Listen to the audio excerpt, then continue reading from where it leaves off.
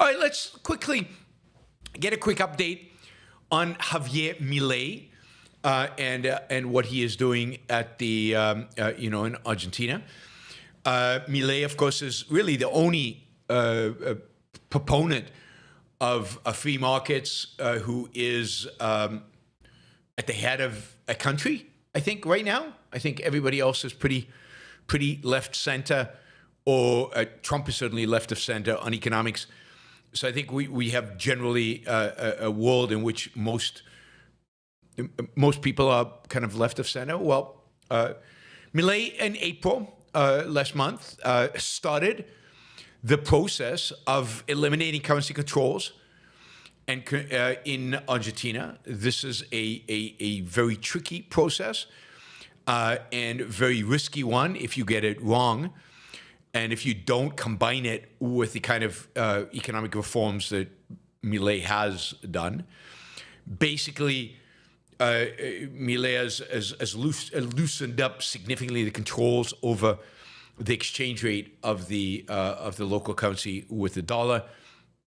So far, that is going well. He's going to phase it out so that at some point, there'll be no capital controls. You'll be able to buy, sell currencies however you want. You'll be able to take money out of Argentina, bring it back in.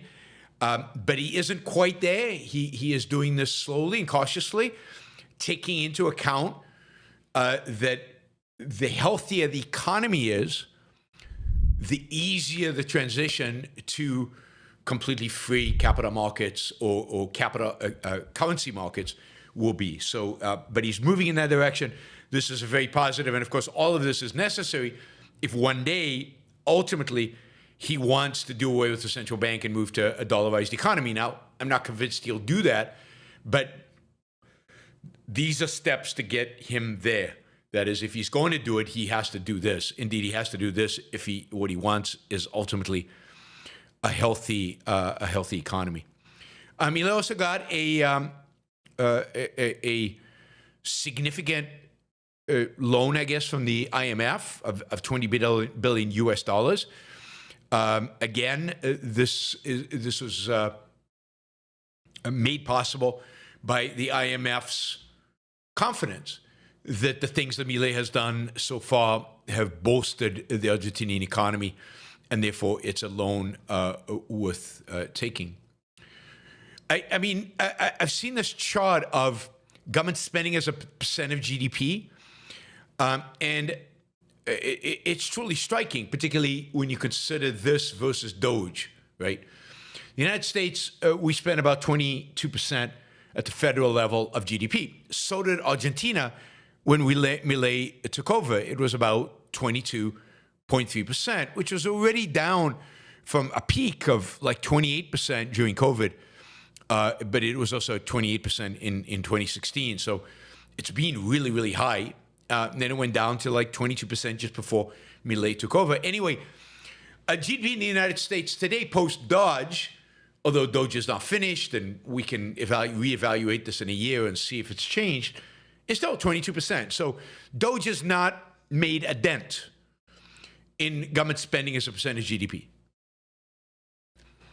On the other hand, Milei has taken government spending in Argentina from 22.3% of GDP to 15.6.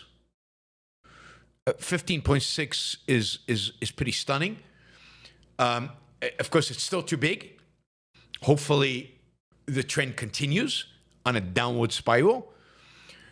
In 2004, for example, it looks like Argentina only spent 13%.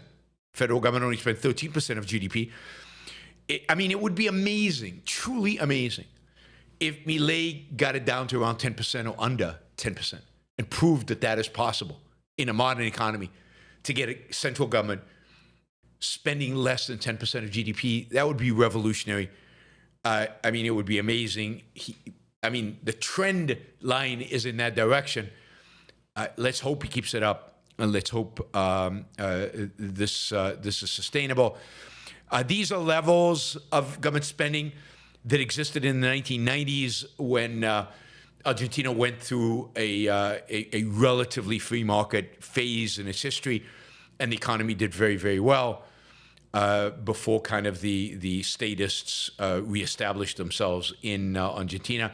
And of course, when they went through that phase in the 90s, they didn't go far enough.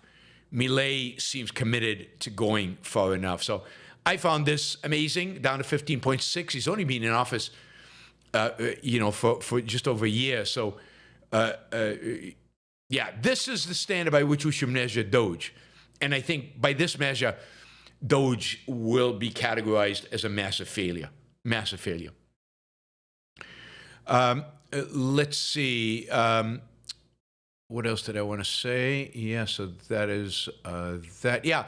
In the meantime, Milei is unbelievably popular, out there in the world. He has the second highest approval rating of any world leader right now, according to, I don't know, some entity called Morning Consult. 61% of Argentinians approve of what he is doing. And that bodes well for the upcoming, in October, the upcoming parliamentary elections, where he hopes to gain to increase, hopefully to gain a majority, but at least to dramatically increase his strength in Parliament, so that he can pass the reforms he really wants to pass, get them through Congress, that has hampered him so far. Supposedly the only more popular world leader right now is Modi in India, which is surprising given that Modi did not do that well in a recent election. And finally, just this on Milei, I keep getting this question: is Milei going to unleash kind of a free market revolution in the world, maybe in Latin America? And it certainly looks like he's having a positive impact in Latin America. It certainly looked like even the leftist regimes in Latin America are moderating their statism and leaning more in the direction of freeing up their economies. It also clearly looks like in coming elections in the next year or two that the right is poised to do very well in places like Chile, Brazil, Ecuador. The right-wing candidate just won. Colombia, but Brazil is the big one. And that the right-wing candidates in Latin America, shockingly, and this is the real surprise, the right-wing candidates in Latin America that seem to be doing well right now in the polls are not populists. They're not Donald Trump or Bolsonaro like right-wing candidates. They're not right-wing candidates of the past in Latin America, but they seem to be a lot more free market oriented.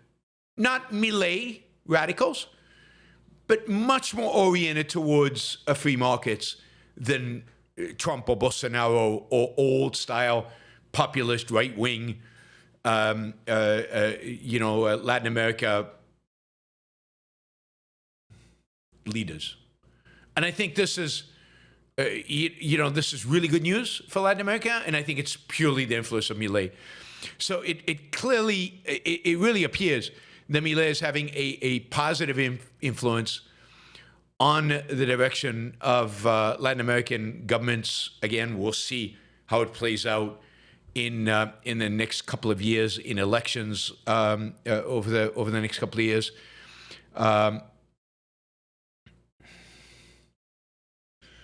So that is good news. Maybe Latin America is where the future is. Maybe it's very exciting. I mean, imagine a country like Brazil, which is a beautiful country, an amazing country, beautiful and amazing people. And imagine if they, actually embraced free markets, if they clamped down on crime, actually got crime out of control in the most beautiful city in the world, Rio de Janeiro, and they actually got a free market going in Brazil.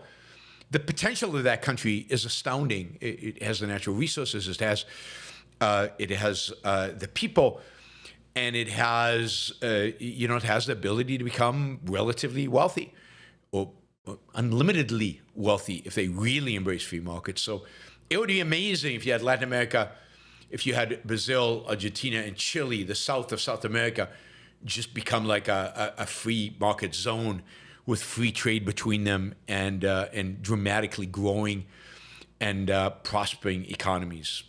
That would be fun.